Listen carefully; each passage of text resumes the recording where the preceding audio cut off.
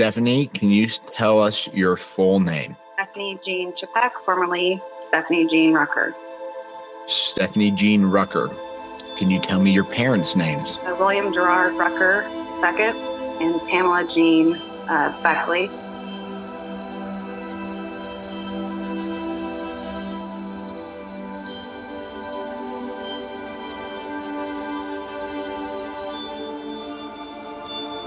Can you tell me how many children he had during his lifetime? His firstborn son was William Gerard Rucker III. That was from his first marriage.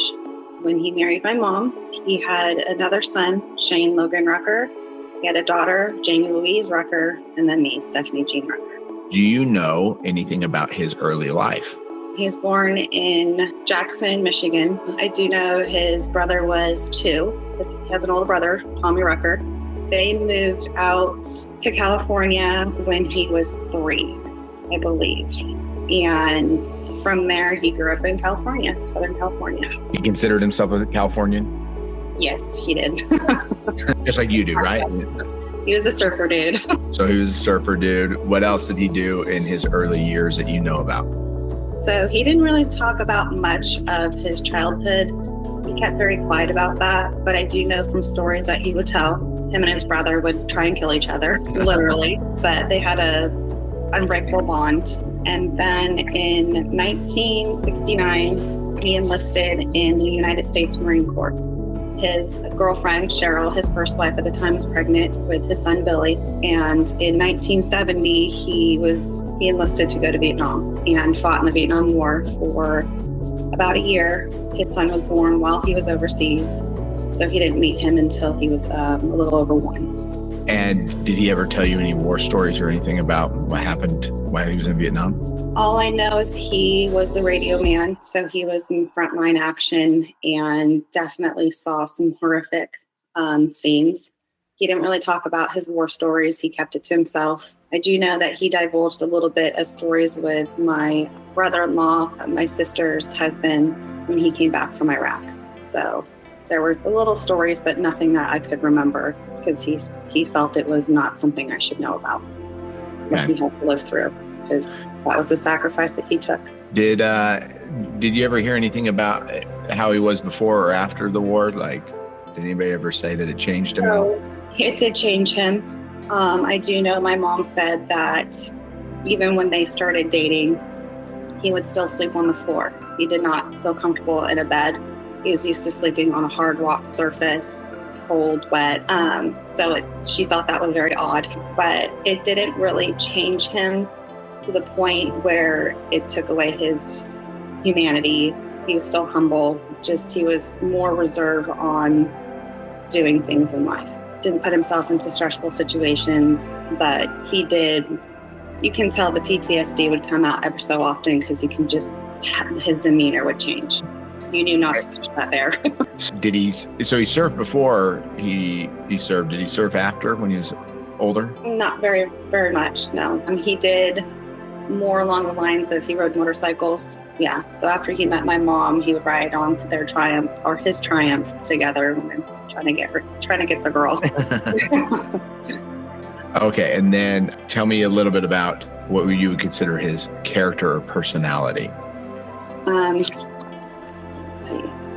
I'm a note taker, as you know, so I wrote down a few notes. He was a quiet man. He mostly kept to himself, or if you needed that person to sit down with, he would make you laugh your head off. He was very charming, knew how to tell a joke, very sarcastic. And once he was comfortable in a situation, he was the life of the party. He liked to have a good time, but he was also a home person who wanted to just sit in his garage, smoke his cigarettes, have his cocktail, and just watch History Channel. So we did tinker around in the garage a lot when I was growing up. But he was a person who, if you needed to be there, he was there, no matter what. So our front door was always unlocked, always open. He was that person where no matter your walk of life, no matter what your story was, he was always there to be the listening ear, the person on the other end with no judgment. So would you say that was his biggest impact? Yeah. That he had? Yeah. Was just being there for people, especially people that sounds like war vets. He's probably war vets, former alcoholics, former drug users, because he was one himself. So he never put our family at risk with certain situations. So if he felt like it was a person, he had a garage and it was his man cave. He had his TV, his workbench, every guy's dream. Yeah. So that would be, I guess, the therapy room, as you would call it, for other people who needed to sit down, talk, listen. But if it was people that we knew that needed a meal, my mom would always cook up something because that was just what we did. So. And did your parents ever get divorced? No. Sorry. In 2006, this is when a major impact from him changed him. His best friend, Norm, who he owned a business with, passed away. And that's when the drinking became to the point where he would black out. So it was for about 4 years that was our life. And then in 2010 is when my mom came to live with us for about 3 months to get his act together. And basically during that time, my brother had written him off till his death. My brother refrained from speaking with him from 2010 to 2021. My sister and I removed ourselves from him until he got sober, but my mom did leave him for a short period of time. That was early of 2010. That was the moment that he had turned to Christ and detoxed on his own and got sober. While he was making changes to better his life and to gain his family's trust back, he was diagnosed with stage 4 non-Hodgkin's lymphoma cancer, which was the same cancer that took Norm. So it was kind of hard to have that loss because he was a grandfather for me as well. So the backstory on Norm, I hope I'm not getting off track here. Norm was my mom's stepdad at the time when they met. And in 1973 is when my dad's parents had met Norm at a bar because they owned a bar and wanted to get my dad a job. So he did. He went to the University of Lamnitz School to be an apprentice. And then in 1980 is when they joined forces and became business partners. In 1985, my dad's dad had passed away from a massive heart attack. So Norm had basically became his father and walked through life, everything. And my parents met because Norm's wife was having a surgery, and that's when he met my mom in the hospital. She was actually engaged at the time. Somebody else. Somebody else. And my dad, being the charmer he was, got the girl. Swayed her over. Yeah. Yeah. And so how old were you during this time when Norm passed away? When who passed away? When Norm passed away in 2006. 2006, that was my graduating year of high school, so I was 17 at the time. Yeah. And did it affect you a lot too? Yes, it did. It was just my mom and I at home during that time. My brother and sister had already moved out, so it was hard to see your dad wake up with a bottle of Jaeger in his hand to walking home. I didn't really have a curfew, so I would get home pretty late at night and he'd be passed out drunk in the garage. I wouldn't move him. I would just make sure he'd be sleeping on the couch, face down, head to the side, just in case, he did vomit or whatever. But I just made sure that it was always safe, but it was something I didn't want to deal with. But other than that, this is where the trauma from this time period is where, PTSD from my end has blocked out memories of that. So it was good, and then it wasn't. So up to that point, you felt like you had a good childhood? Yes. From my father was always there. He taught me many, many, many things. We used to work on cars together, rebuild engines, whether it be a dirt bike, motorcycle, or a car engine. He taught me many life skills. And if you couldn't figure it out, he would basically say, take a step back, take a breath, look at the situation, look at it at a different angle, and try and think of another way. Because you got to figure it out. And then you said he went through a time period, and then he eventually, you said, found Christ. That's what changed him. Yes. Or snapped him back to himself. Yeah. And so what year was that? 2010 that happened? Yes, 2010.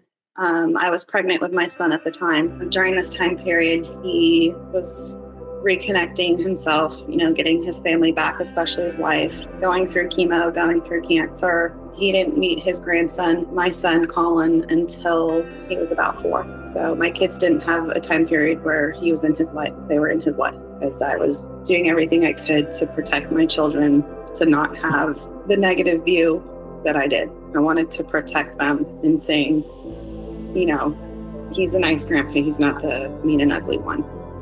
Yeah. Because that's how I grew up. Is I had a grandmother who was dementia at the time. So. And she was. Did it turn her mean and ugly? The dementia. Yeah. Yeah. Was she a nice person before it? What my brother and sister say, yes, but I didn't grow up with that grandmother. You just knew the mean one. Yeah, and I didn't want that to be a projection of my father the same way that I had growing up. So I wanted to protect them of his view. What would you say was some life lessons that you learned from your father's experience? For his life lessons, he would always tell me to never give up. It was always, I said, find a different angle. And, you can fix anything you can if you're willing to fix it. God gives you the tools. It's you that needs to learn how to apply that tool to life. He's very understanding. And like I said, he was always there to listen. No matter what, whether it be a good situation, a bad situation, but he would just listen. Did he fix himself? Did it work after 2010? It did. He was not the father that I grew up with. My dad, like I said, he stuck to himself. He was a homebody, wasn't very social outside of work. But in him finding Christ, he became more social. He would do breakfast meetings at church. He would hold on Bible study classes. He just encouraged all those around him when he was even going through chemo. You never knew that he was showing any signs of weakness. He definitely applied himself into the community and giving back. He would work on houses with people inside the church that were living in poor conditions. He would be doing this with a smile on his face while going through chemo and sick, frail, weak. He did have to sell his business in 2012 because it got too much for him with the chemo. His body became frail. So he decided to sell the business, the one that he had with Norm, sold it to his sons because they ended up running the business. And again, in 2012 was very life-changing for him as well. His mother passed away. Even after rounds of chemo, complete exhaustion, no strength, muscle mass left, she was put into a home to live her remainder of her life. I do remember a period of time where he lived in his van outside her window at the nursing home. So she has somebody who's close to him, close to her, and be there at a moment's notice if something were to happen. He emptied her apartment by himself. His brother was working 2 jobs at the time, I believe. So he did that by himself. October, we went up there to visit for a little bit, and that was the last time I saw her. Then my mom went up during Thanksgiving, had Thanksgiving with him and my granny, and then she passed away Christmas Day of 2012. So that was a hard time for my parents as well, because he was gone for 8 months, basically, living in Reno to be next to her. So my mom tried to fly up there to visit, but they were just living off of her paycheck at the time. So, it's how I kind of also grew up, is we lived off of my mom's paychecks because my dad owned his own business. He's the last to get paid, but it didn't matter if he had no money, he would still find a way to help somebody else out, help his family out. But he was just an all-around humble person in the last stages of his life. And so what was the date of his passing? February 13th, 2021. February the 13th, 2021? Yes. And it was the cancer that eventually took him? Yeah. So he dealt with... He was 10 years clean, but it came back the last 2 years. And this is where it gets hard because he started drinking again. And when did it happen? In in 2019, I would find he was helping us move from California to here. And that's when I noticed that some of the alcohol from our bottles was missing. It took me we moved here in August of 2019, and it was February of 2020 when I wrote him a letter stating it was another disappointment in life to find out that he was drinking again, and that I lost a father yet again to the bottle. I told him I didn't want him in life anymore. I said very hurtful things in this letter, and it would be a year later to the day that he passed away. I know about it. I found out in a text message that my mom sent. He didn't want me to know because he knew that I would drop everything like I normally would. He said that he was at peace for losing me, and I believe that because this is where my faith walks in my life. On January 19th of 2021, I had a dream with him in it. It was a white cafeteria. My table's gold feet, white chairs, gold feet. It was like fog glass on the side. You can see people walking. And I was sitting there and I'm like, where am I? And my dad, the one I remember before the drinking, when he was in his 40s, and sits down and says, everything is going to be okay. And I told him, I don't understand what you're talking about. And he said, you're going to be fine. You and your mom are going to be fine. And he said, I know, but I said hurtful things to you. I'm not the person I was last year. This is my mental illness. And he says, I know. That's not the daughter I raised. But I want you to know that you're going to be okay. And then I woke up.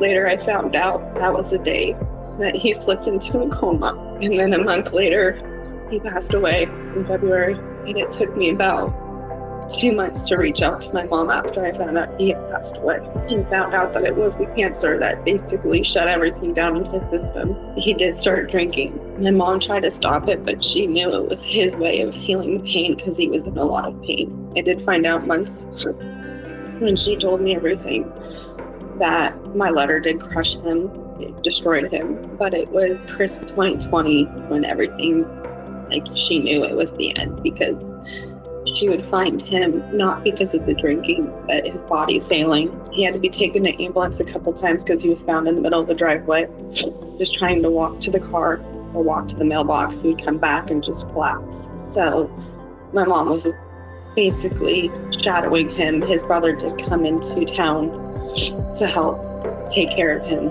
the last stages. But people always get the opportunity to say goodbye to everybody before they pass, because they have the time from doctors to allow them to say goodbye, reminisce on the good memories. And you have the people who pass away suddenly, and then you have the people who pass away and are behind it. And that was me.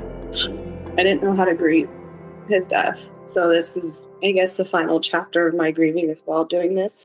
Let me give you one opportunity. I want you to act like I'm your father and try to say sorry.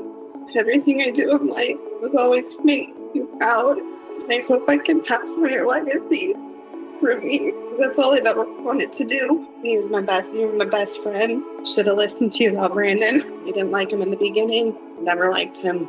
And I hope you can see your grandkids growing up. They still talk about you. And I want to keep that going on until they're old adults as well. Steffi, I don't know your dad, but I know that no matter what, if my kid wrote me a letter like that, I'd still love him. And also, was your father, I'd understand that it was partly deserved. So I can't say, I know what he would say, but I could clearly see if he was here now, you'd truly understand that you loved him. You didn't write that letter out of hate. You actually genuinely loved him. And all I heard sounds like he was a pretty fantastic guy. He was. Well, Stephanie, thank you for doing this for your father. I can understand if you need some time before you want to post this, but I'll send it to you. But I thought it was beautiful, very, very beautiful. I could feel how much you loved him. Yeah, he wouldn't admit it, but I was his favorite. Yeah, parents can never say that. No, but it showed. All righty. Well, thank you. And thank you for sharing sharing with me about your father. It was good to get to know him. Yeah. And I got to know a lot about you. I just can't change an oil on a Tesla. Wait, do they have oil?